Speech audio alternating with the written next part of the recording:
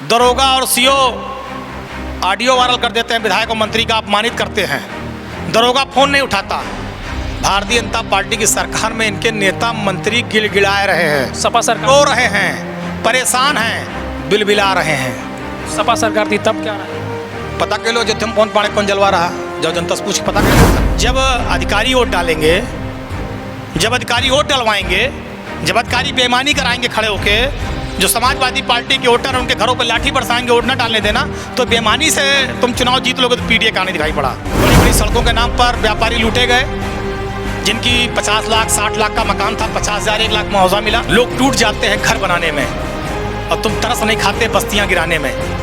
योगी सरकार ने लोगों को उजाड़ा है। हम अखिलेश यादव जी के साथ जिएंगे मरेंगे, हम लाल हरे झंडे साइकिल के साथ जिएंगे मरेंगे, और उनको आने वाले समय में इस प्रदेश का मुख्यमंत्री बनाकर दोबारा अपनी अयोध्या को ठगने छलने वालों से मुक्ति दिलाकर अपनी अयोध्या को विकास और तरक्की के रास्ते पर ले जाएंगे। पवन पांडे जी सदर से ही लड़ने वाले हैं, 27 में कहीं दूसरी सीट ढूंढ रहे हैं। ये फैसला माननीय राष्ट्रीय अध्यक्ष जी करेंगे। कन्फर्म है आप चुनाव लड़ने जा रहे हैं? मेहनत कर रहा हूँ, जनता के बीच में हूँ, देवतुल्य जनता जनार्दन की लड़ाई लड़ता हूँ, उनके हर सुख दुख में खड़ा होता हूँ। जनता आशीर्वाद देगी, लड़ेंगे। क्या लग रहा है अयोध्या की जितनी सीटें हैं, बीजेपी कहाँ पर आपको खड़ी दिखाई पड़ रही है? अभी हाल ही में मिल्कीपुर का चुनाव का सुपड़ा देखो, जो मिल्कीपुर का चुनाव हुआ तो डकैती थी। होमगार्ड से लेकर डीएम कप्तान से लेकर सीओ डीआईजी से लेकर जितने अधिकारी सब डकैती की और डकैती करके वोट डालिन और चुनाव जीतिन। वो जनता का वोट नहीं है। कई जिलों के लोगों को बुलाकर फर्जी वोट डलवाया गया। जनता के वोट से मिल्कीपुर चुनाव नहीं जीते हैं, जनता के वोट से तो अजीत प्रसाद जीते हैं, जनता के वोट से समाजवादी पार्टी जीती है, जनता के वोट से श्री अखिलेश यादव के नीतियों की विजय हुई है। और अब की देखिएगा आने वाले चुनाव में भारतीय जनता पार्टी का सुपड़ा साफ होगा। जानकारी मिलेगी सदर से आप भी ब्राह्मणों के नेता हैं और खब्बू तिवारी भी ब्राह्मणों के नेता हैं, तो ये काफ़ी बयान भाई चला था कि शायद आमना सामना हो सकता है बीजेपी और कोई किसी दल से आए उससे मुझे कोई फर्क नहीं पड़ता। पहली बात, योगी जी लड़े, नरेंद्र मोदी जी लड़े, भाजपा से कौन लड़ेगा उससे मुझे क्या फर्क पड़ने वाला है। नहीं, ब्राह्मणों की बात मैं कह रहा हूँ ना, कोई लड़े, मैं सर्व समाज का नेता हूँ। हम सबके तरक्की की बात करते हैं, वसुधैव कुटुंबकम की कल्पना को हम साकार करने वाले लोग हैं। हमारे लिए ब्राह्मण भी महत्वपूर्ण है, हमारे लिए यादव भी महत्वपूर्ण है, हमारे लिए छत्री भी महत्वपूर्ण है, हमारे लिए यादव भी महत्वपूर्ण है, हमारे लिए निषाद भी महत्वपूर्ण है, हमारे लिए कुर्मी भी महत्वपूर्ण है, हमारे लिए लोहार कुहार प्रजापति दलित सब महत्वपूर्ण है। सब इंसान हैं, हमारे लिए इंसान महत्वपूर्ण है। हम इंसानियत चाहते हैं। हम भारतीय जनता पार्टी की तरह लोगों को लोगों से लड़ाना नहीं चाहते। हम हर इंसान की तरक्की चाहते हैं, हर परिवार की खुशहाली चाहते हैं। कोई लड़े, जिसको लड़ना हो लड़े। राष्ट्रीय अध्यक्ष जी का निर्देश होगा, चुनाव लड़ेंगे, जनता का आशीर्वाद होगा, चुनाव जीतेंगे। पवन पांडे जी सपा छोड़ के जाने वाले नहीं हैं? क्यों छोड़ के जाएंगे? जब हमारी पहचान समाजवादी पार्टी से है।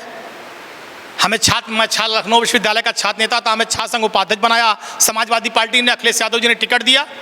हमको लखनऊ विश्वविद्यालय से निकाल फिर अयोध्या विधानसभा से टिकट दिया। एक मध्यम वर्गीय परिवार के लड़के को अयोध्या विधानसभा से टिकट दिया और अयोध्या की जो देवतुल्य महान जनता है उसने अपना आशीर्वाद और वोट देकर विजयी बनाया। नेताजी और श्रद्धेय नेताजी और आदरणीय अखिलेश जी ने मंत्री बनाया।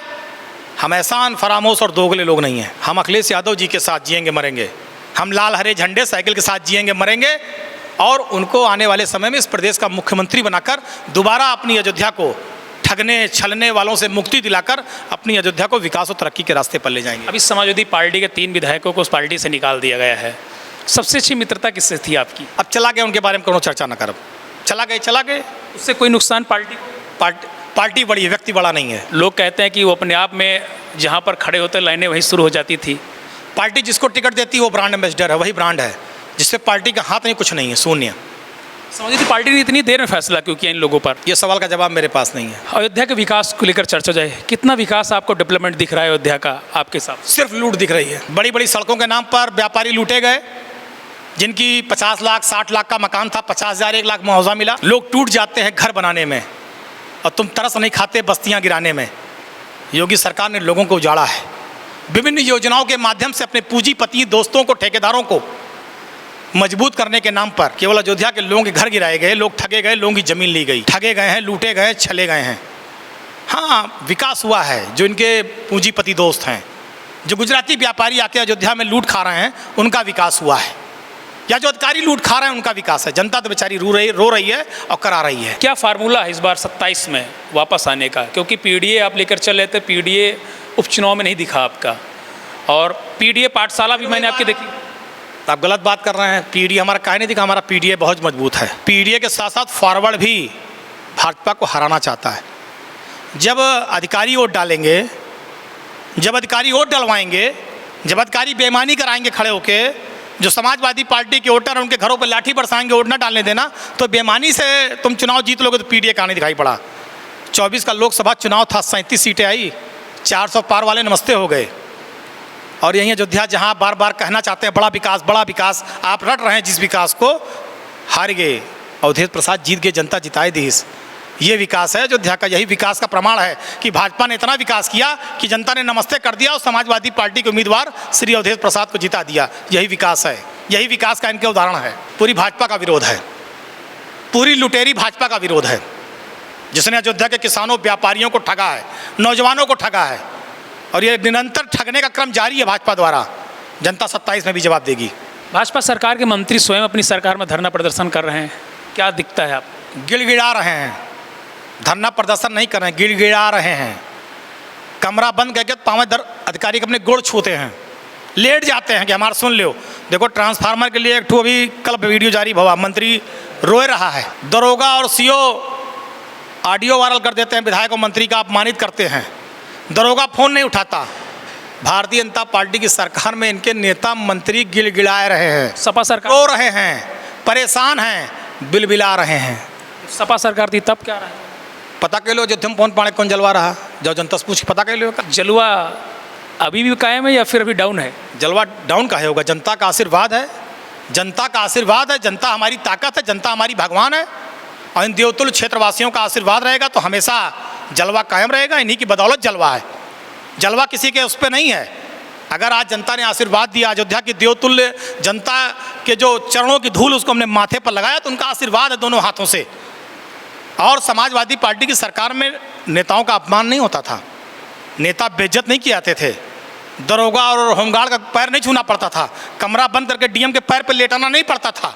ये नहीं था। जो दोषी कौन था वो सुना जाता था, पूरा प्रोटोकॉल था।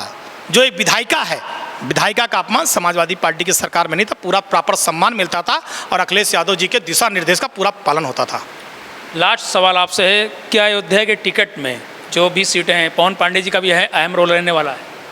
देखिए टिकट कौन कहाँ से लड़ेगा ये सब माननीय राष्ट्रीय अध्यक्ष जी का विषय है। जानकारी की जब राष्ट्रीय अयोध्या की बात पर आपसे चर्चा करते हैं, समाजवादी पार्टी के कार्यकर्ता हैं, सिपाही हैं, अखिलेश जी के सिपाही हैं।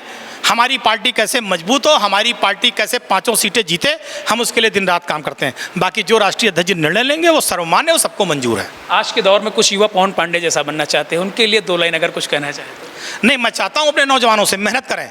मैंने कई विद्यालयों में कहा इस बात को, मैं आज आपके इस पर भी कह रहा हूँ कि पहले पढ़िए लिखिए। हर माँ बाप चाहता है कि हमारा बच्चा अधिकारी बने, पढ़ लिख कर डीएम बने, कप्तान बने, पायलट बने, डॉक्टर बने, बड़ा वकील बने, सब आदमी ये चाहता है।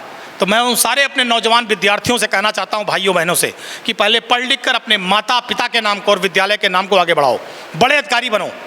जैसे आज पवन पांडे चाहें कि हम डीएम कप्तान बन जाए तो हम आज नहीं बन सकते, लेकिन जो हमारा विद्यार्थी अगर वो पढ़ लिख कर IAS IPS डीएम कप्तान बन गया, MBBS हो गया, बड़ा लॉयर हो गया, या पायलट बन के जहाज उड़ा रहा है, या प्रोफेसर हो गया, कल वो चाले अपना कोट पैंट उतारे, खाकी उतारे, खादी पहन के नेता, तो तुम कभी भी नेता कभी बन सकते हो, जनता की सेवा में कभी भी ले सकते हो, लेकिन वो जो है वो नहीं बन पाओगे। तो मैं अपने विद्यार्थियों से, नौजवान साथियों से चाहूँगा कि पहले माता पिता ने जो सपना देखा है, जो तुम्हारे गुरुजन चाहते हैं, उसे पूरा करो। और उसके बाद अगर कुछ ना बन पाओ तो हमारी समाजवादी पार्टी में आओ, हमारे साथ समाज सेवा करो, अच्छे समाज सेवी बनिए, चुनाव लड़िए, पार्टी को मजबूत करिए और अखिलेश यादव जी को मुख्यमंत्री बनाने में, इस प्रदेश को आगे बढ़ाने में हमारा सहयोग करिए। आप क्या बचपन से बनना चाहते थे?